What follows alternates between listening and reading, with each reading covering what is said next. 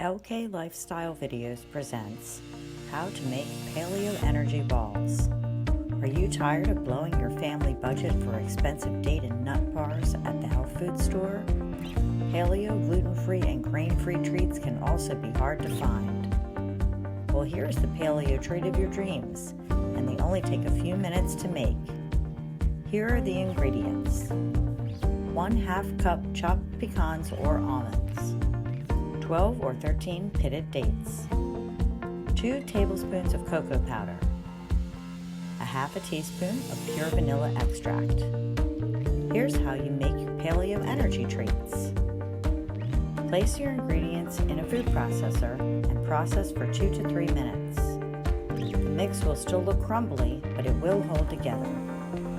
With your hands, roll the date mix into balls or press flat into cookie shape.